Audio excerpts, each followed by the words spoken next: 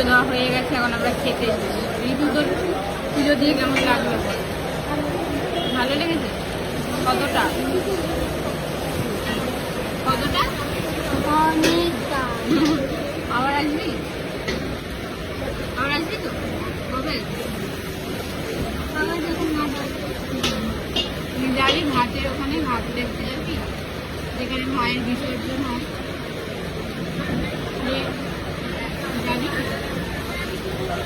আজকে দেখে দেখ ট্রেন কটায় আছে, তার আমি ট্রেন দেখি। আগে চলে যাই, পরে আবার আসবি, ঠিক আছে? হ্যাঁ, তুই তো আবার আসবি জানি। আর তুই আসিস তুই আমার সাথে।